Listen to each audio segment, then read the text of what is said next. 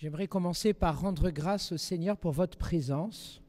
Vous ne vous êtes pas laissé intimider par les difficultés de circulation. Vous avez quand même pris votre temps, pris de votre temps, pour être ici. Je commence par cela parce que ce dont je vais vous entretenir maintenant, c'est de l'adoration eucharistique. Et dans l'adoration eucharistique, il y a le mot Eucharistie. Est-ce que vous savez ce que signifie Eucharistie ?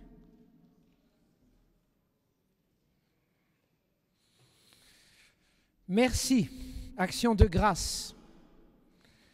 Et donc cela doit nous conduire à nous poser la question de la gratitude dans notre vie. En France, nous sommes un peuple un peu rebelle, mais aussi de frustrés. Pourquoi ? Peut-être parce que nous sommes beaucoup dans la revendication, nous défendons nos droits, et c'est très bien et c'est important, mais nous oublions également nos devoirs, surtout vis-à-vis de Dieu. Vous savez, quand la Déclaration des droits de l'homme et du citoyen a été rédigée, un des auteurs qui s'appelle l'abbé Grégoire, qui est le rédacteur de l'article 1 de la Déclaration des droits de l'homme, tous les hommes naissent libres et égaux en droit, et cet homme-là, l'abbé Grégoire, ne s'est pas contenté de le dire, mais s'est battu pour l'abolition de l'esclavage et pour l'émancipation des Juifs. Cet homme a dit « Il ne suffit pas d'affirmer la Déclaration des droits de l'homme. Il faut affirmer également la Déclaration des devoirs de l'homme. » Et ce qu'il avait en vue, c'était le devoir vis-à-vis de Dieu. Nous mettons bien souvent Dieu de côté.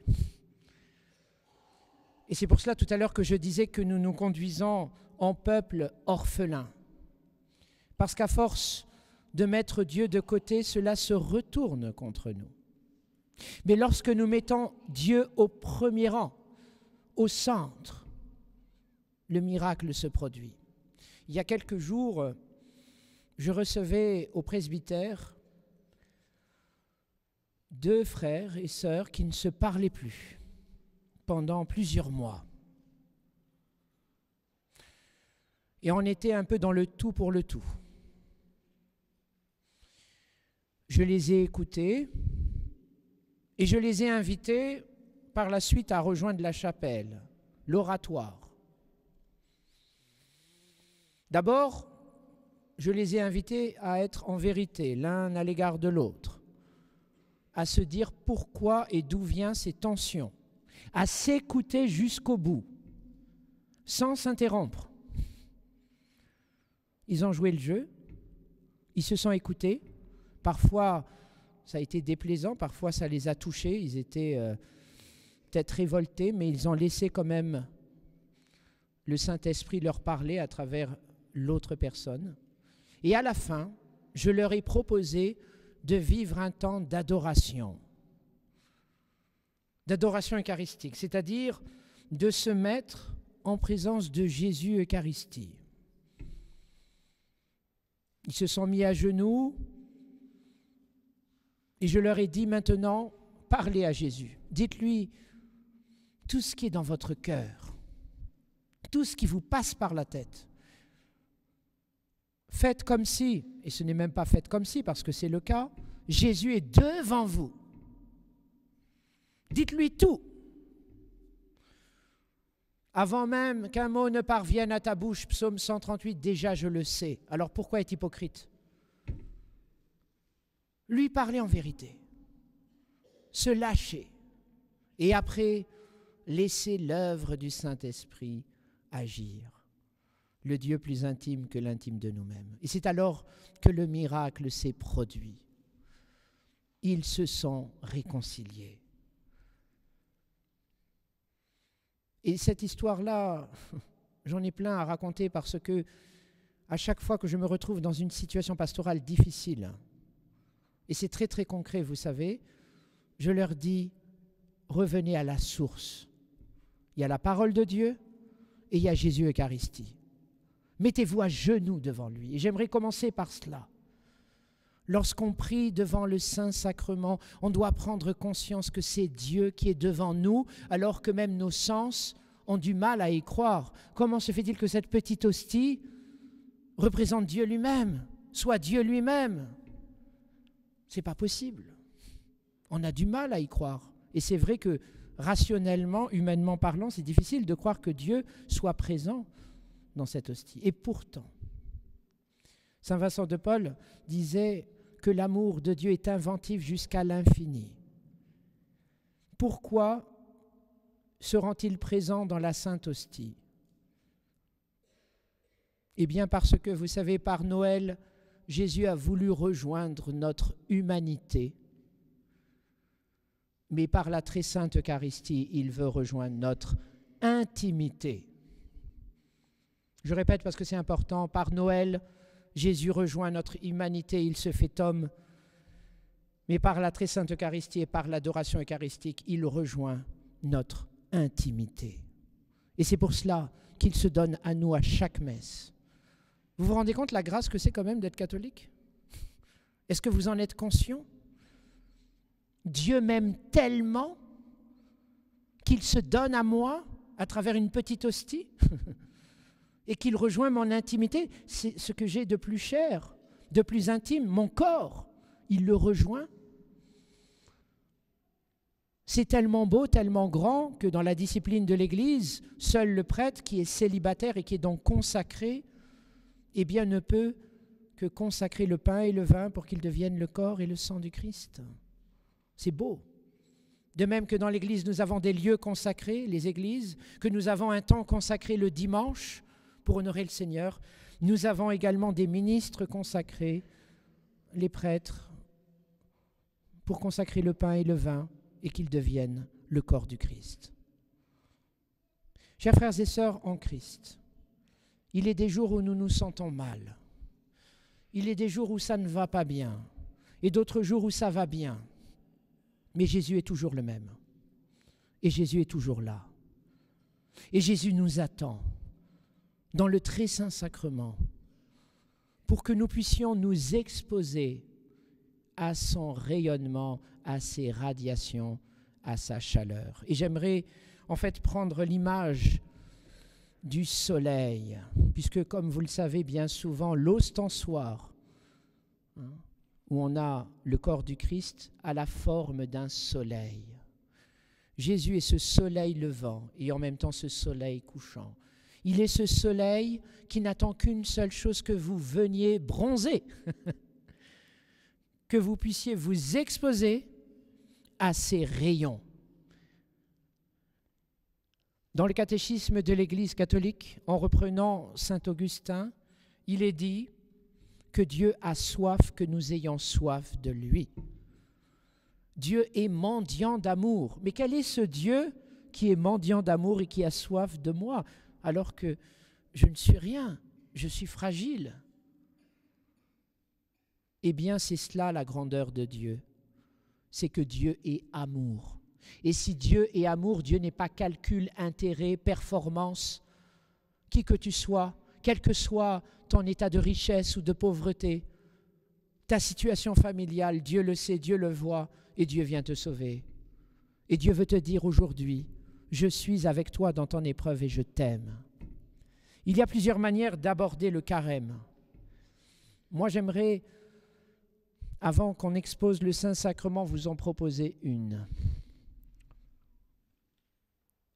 Pierre a renié 3 fois le Christ, et nous le verrons. Il a renié 3 fois parce qu'il croyait en ses propres forces. Il a dit, moi je ne t'abandonnerai jamais, je serai toujours avec toi. Et c'est vrai que dans des moments d'excitation, de ferveur, d'enthousiasme, et nous savons de quoi nous en parlons lorsque nous sommes charismatiques, on dit très facilement Alléluia, Jésus tu es avec moi, et puis le lendemain ou 2 jours après, tout retombe. Est-ce que cela signifie que Dieu n'est plus avec moi? Pourquoi? Parce que nous dépendons bien souvent, chers frères et sœurs en Christ, nous faisons dépendre notre religion de nos émotions. Et c'est dangereux. La religion et la foi chrétienne ne reposent pas sur des émotions, mais sur le Christ. Et le Christ doux et humble de cœur. Le Christ qui a vécu la passion, mais qui a aussi vécu la résurrection. Ne nous laissons pas tromper par les doctrines selon lesquelles Jésus va tout régler, il va régler tous tes problèmes. Oui, il va le régler, tes problèmes, mais à sa façon, quand il veut et comme il veut, parce qu'il est Dieu et il sait ce qu'il y a de mieux pour toi. Tout concourt au bien de ceux qui aiment Dieu. Et tout ce qu'il demande, c'est que tu ne sois pas performant dans la prière, mais que tu sois toi-même pauvre, misérable, mais objet de la miséricorde de Dieu. Parce que quand tu es pauvre, que tu n'es pas hypocrite et que tu te dis « Seigneur, tu me connais », c'est à ce moment-là que nous pouvons entendre Jésus dire « Je ne suis pas venu guérir les bien portants, mais les malades ».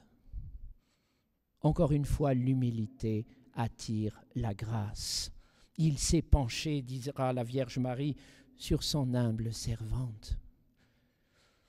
Et donc, dans quelques instants, vous allez recevoir cette grâce immense de vous exposer aux rayons de Jésus-Christ. Quelle grâce! Vous vous rendez compte qu'il y a des régions dans le monde où nous n'avons pas cette chance de pouvoir faire le culte, de pouvoir aller à la messe, ni encore moins d'adorer Jésus-Christ Eucharistie. Vous le pouvez et vous allez le vivre. Je vous demande pour l'amour de Dieu, quand vous vous prosternerez devant Jésus-Christ, d'avoir une pensée, puisque nous sommes catholiques et que catholique veut dire universel, ayez une pensée pour ces chrétiens persécutés dans le monde, pour ces personnes malades, isolées, les prisonniers, qui dans l'enfer de leur propre prison intérieure n'attendent qu'une seule chose, c'est que les radiations et la lumière du Christ puissent les atteindre. Chers frères et sœurs en Christ, ce qu'il y a de plus beau et de plus spectaculaire, ce ne sont pas les guérisons, ce ne sont pas les miracles. Ce qu'il y a de plus beau et de plus spectaculaire, c'est que Dieu est si grand dans son amour qu'il me rejoigne dans la très sainte Eucharistie. Chaque jour, à chaque messe, il se produit le plus grand miracle. On est tenté de croire que les miracles, c'est les guérisons, c'est les grands signes spectaculaires. Faites attention parce que le diable le sait.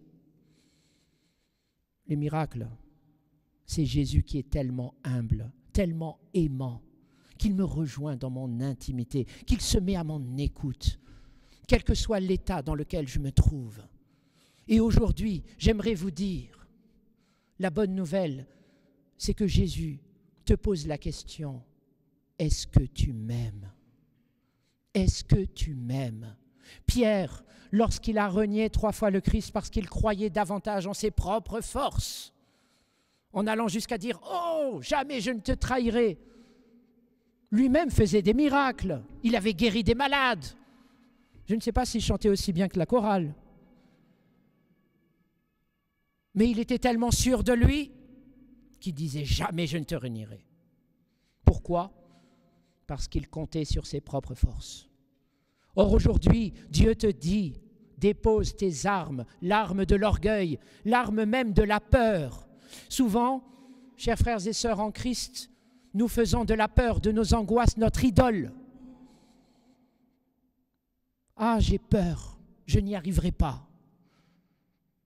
Qu'est-ce qui est le plus fort? Ta peur ou Jésus-Christ? Jésus-Christ veut dire Yeshua, c'est-à-dire sauveur.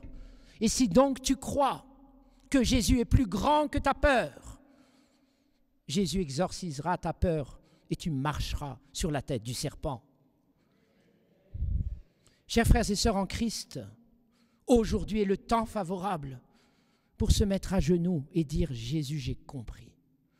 Jésus, je veux me laisser regarder par toi. » Parce que c'est ça l'enjeu de l'adoration eucharistique. Laisser Jésus me regarder et m'aimer. Et c'est ce qu'il a fait avec Saint Pierre. Comment Pierre le traître est devenu le premier pape de l'histoire? C'est parce qu'il a vécu la miséricorde de Dieu. Il était misérable comme Judas. Vous voyez la différence entre Judas et Pierre? C'est que Pierre a cru en cette parole: si ton cœur te condamne, Dieu est plus grand que ton cœur. Si ton cœur te condamne à la peur, si ton cœur te condamne parce que tu es malade et que tu crois que c'est fini, Dieu est plus grand que ton cœur. Je ne promets pas qu'il y aura une guérison de ta maladie, mais dont je suis sûr, c'est que Jésus va venir t'habiter et que tu trouveras la paix et la joie et que tu deviendras le saint de Dieu. Et c'est bien là l'objectif, chers frères et sœurs en Christ, c'est que nous devenions tous les champions et les saints de Dieu. Par le regard de Saint Pierre, le regard de Jésus. Jésus, quand il a vu Saint Pierre, vous pensez qu'il l'a engueulé? Vous pensez qu'il lui a fait des reproches? Non. Il l'a regardé. Il l'a aimé. Et Pierre s'est laissé réconcilier. Et c'est comme ça qu'il est devenu le roc. Parce qu'il a été témoin de la miséricorde de Dieu, il a pu devenir lui-même prophète, pape de l'espérance de Dieu. Et lorsque Jésus ressuscité lui est réapparu, il lui a posé par 3 fois la question « M'aimes-tu » Vous connaissez la réponse. Tu sais que je t'aime. Et à la fin, tu sais tout. Tu sais tout de moi. Eh bien, tout de suite là, de nouveau, vous allez redire, tu sais tout de moi. Tu sais tout de moi. Tu sais tout de ma vie. Tu sais tout de mes problèmes. Tu sais tout de mes angoisses, de mes projets. Seigneur, je m'abandonne à toi et je te les confie. Et vous verrez la gloire de Dieu. Il n'y a pas de raison qu'à une prière sincère qui vient du cœur, quand nous sommes fatigués, parce que nous sommes tous fatigués, parce que le monde nous fatigue. Entendez cette parole de Dieu. Venez à moi, vous tous qui peinez et ployez sous le fardeau, et moi, je vous procurerai le repos. Le monde peut s'effondrer, que ce soit le monde extérieur ou même le monde corporel et physique, comme le rappelle saint Paul. Mais l'homme intérieur, c'est-à-dire vous-même, vous allez être fortifié aujourd'hui. Vous allez être fortifié pendant ce carême. Et à Pâques, vous pourrez renouveler les promesses du baptême en disant « Je suis une nouvelle personne ». Chers frères et sœurs, c'est cela que Dieu vous demande aujourd'hui. Que vous deveniez de nouvelles personnes en cette année sainte. Laissez-vous toucher, laissez-vous convertir par le Christ. Laissez-vous toucher par le Saint-Esprit, qui est l'esprit de Pentecôte, mais aussi l'esprit de la brise légère. Dieu parle, pas seulement à travers, comme au Mont Sinaï, les choses spectaculaires, mais nous avons à redécouvrir urgemment aujourd'hui que Dieu parle à travers les choses ordinaires, que Dieu nous rejoint, non pas dans le spectaculaire, mais dans l'ordinaire de Dieu. Paul Claudel disait, et cela sera repris par le pape François dans son encyclique, que quand une personne souffre,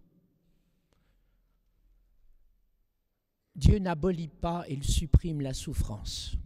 C'est un constat qui est réel, qui est parfois douloureux mais vrai. Dieu n'est pas venu abolir la souffrance, mais remplir cette souffrance de sa présence. Et moi, je peux vous témoigner en tant que pauvre prêtre, au contact de personnes malades ou à l'agonie, avec émotion, je pouvais me mettre à genoux devant ces personnes. Parce que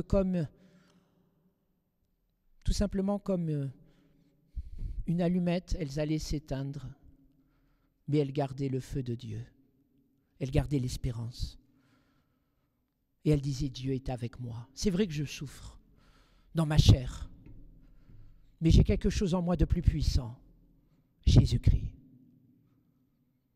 Et c'est cela que j'ai envie de vous dire. Quels que soient tes problèmes, Dieu voit. Mais Dieu veut te rejoindre. Je ne vais pas te promettre des miracles en te disant, au nom de Jésus, tout va être sauvé. Ça sera... Surtout que quand ça arrive, parfois, on se prend d'orgueil et on dit « Ah, je suis quand même bon en prière. Hein. » Ce que je veux te dire aujourd'hui, Dieu te voit et Dieu va réaliser un miracle autrement. Il va te rejoindre. Il va t'habiter. Et si tu as Dieu avec toi, qui sera contre toi? Donc permettez-moi de vous reposer cette question. Pierre, fils de Jonas, m'aimes-tu? Prenez votre prénom. Prenez le prénom de vos parents. Et posez-vous cette question. M'aimes-tu? Quand vous verrez Jésus dans le très saint sacrement, laissez Jésus vous regarder. Avant de lui parler, avant de lui dévoiler tous vos secrets, arrêtez-vous, arrêtez le cours de votre pensée, mettez entre parenthèses vos ruminations, vos projections, soyez simplement là. Seigneur, je suis là, me voici devant toi. Comme un cerf altéré cherche l'eau vive, mon âme a soif de toi. Ce sera le moment de lui dire ça. Seigneur, je t'aime, je t'adore, non pas d'abord pour ce que tu fais, mais pour ce que tu es. Parce que c'est ça la prière qui touche le cœur de Dieu. C'est pas comme une machine à café, ah j'ai tel problème, résous mon problème. La prière qui plaît à Dieu, c'est d'abord la reconnaissance de sa divinité et de sa souveraineté. Dieu, tu es grand et tu es beau. Tu es le créateur du ciel et de la terre, de l'univers visible et invisible. Le monde dans lequel nous vivons n'est pas seulement tragique, il est aussi très beau. L'académicien Jean d'Ormesson disait que la vie est à la fois une vallée de larmes, mais c'est aussi une vallée de roses. Et donc je vous propose, et ce sera ma conclusion, ma dernière étape, dernière partie, quelque chose de très concret. Jésus va nous ouvrir son cœur. Pierre Goursat, qui est le fondateur de la communauté de l'Emmanuel, comparait l'adoration au fait de se réchauffer à la cheminée ou au brasier de Dieu. C'est beau ça. Hein? Dans Luc, il est dit en effet, je suis venu apporter un feu sur la terre. Mais avant que ce feu ne se propage, encore faut-il revenir à la source, à ce brasier, à ce foyer de feu qu'est Jésus-Christ lui-même. Et donc, je prie dès maintenant pour que, au moment de l'adoration, vous puissiez vous réchauffer auprès de Jésus-Christ Eucharistie. Que vous puissiez vraiment vous laisser embraser par son amour, parce qu'il a besoin de torches vivantes dans un monde qui est enténébré. Que vous puissiez d'abord commencer par reconnaître combien il est grand, combien il est beau, parce qu'il est amour, qu'il n'est pas solitaire, notre Dieu. C'est une famille, le Père, le Fils et le Saint-Esprit. Et que parce qu'il est famille, il veut agrandir sa famille. Et comme le dira Saint Paul dans sa lettre aux Éphésiens au chapitre 1, il nous a prédestinés à être pour lui des fils adoptifs par Jésus le Christ. Incroyable. Je suis l'enfant de Dieu le Père, le frère et sœur de Jésus-Christ, le corps du Christ, le temple du Saint-Esprit. Béni soit le Seigneur pour ça.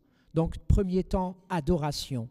On aime Dieu non pas pour ce qu'il fait, mais pour ce qu'il est. On rend grâce pour le fait que par son Fils Jésus-Christ, Jésus me rejoint, pas simplement dans mon humanité, Noël, mais il rejoint dans mon intimité. Il s'est donné à moi dans la très sainte Eucharistie, il se donne encore à moi à travers l'adoration eucharistique. Jésus, je t'aime, je t'adore parce que tu es grand dans ton humilité, dans ta petitesse. Et c'est à cela qu'on reconnaît que tu es vraiment le Dieu de tout le monde, pas seulement le Dieu des puissants et des riches, mais le Dieu aussi des misérables et des pauvres, parce que tu te fais tout petit. Après le temps d'adoration, je vous invite à vous faire plaisir en Dieu et peut-être à relire la semaine écoulée.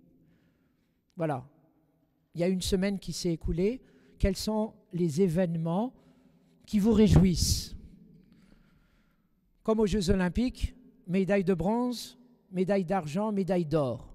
Qu'est-ce qui fait que la semaine écoulée valait la peine d'être vécue? Vous verrez, le temps va passer très vite. Hein? Et donc, médaille de bronze, médaille d'argent, médaille d'or, je te bénis Seigneur pour ces grâces reçues. Revisitez tous vos jours pour que vraiment on puisse appliquer ce que nous recommande le psaume, c'est-à-dire quand je reçois des grâces, eh bien je rentre dans l'action de grâce. Grâce, action de grâce. Et c'est ça le problème. On est dans la grâce, mais on oublie le retour à Dieu, c'est-à-dire l'action de grâce.